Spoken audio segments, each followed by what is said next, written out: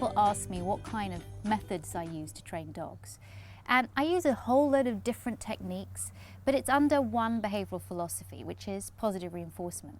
And positive reinforcement basically means if you see a behavior you like in your dog, reward it. If you reward that behavior, there's more of a chance of that behavior being repeated. Also, when you train your dog in a positive way, you really build up a great connection and a great relationship with your dog. So you're really teaching your dog to cooperate with you rather than teaching your dog to behave through domination. That's the major difference between the very old style, outdated, traditional dominance theory and the modern behavioral science positive reinforcement principle. At the end of the day, this method is about forming a good bond with your dog and helping your dog to learn.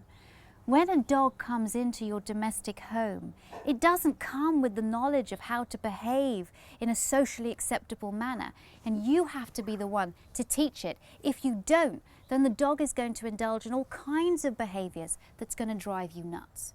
But when you teach a dog using positive reinforcement, you really teach a dog how to cope with all the pressures that domestic life put on it. And you have a well-mannered and well-behaved dog that listens to you because it wants to, not because it fears what's going to happen to it if it doesn't. And that's the major difference.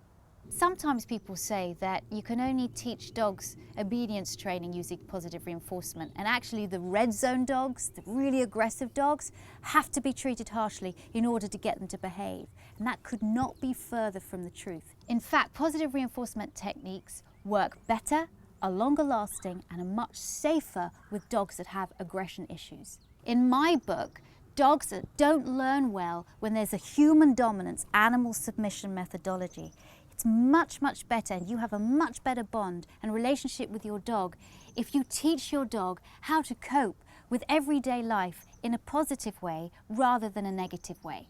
I have a great relationship with Sadie here.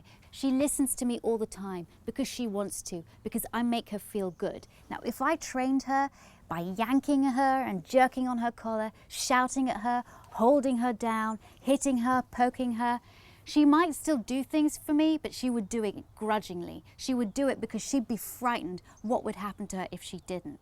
The fact is, I've never trained my dog that way, and I've never trained any other dog that way. It does not make for happy dogs. When you use positive reinforcement, you've got a happy dog that wants to be with you and is going to behave because you've taught it how to behave positively. Join me on eHow Pets as I take you through how to train your dog positively.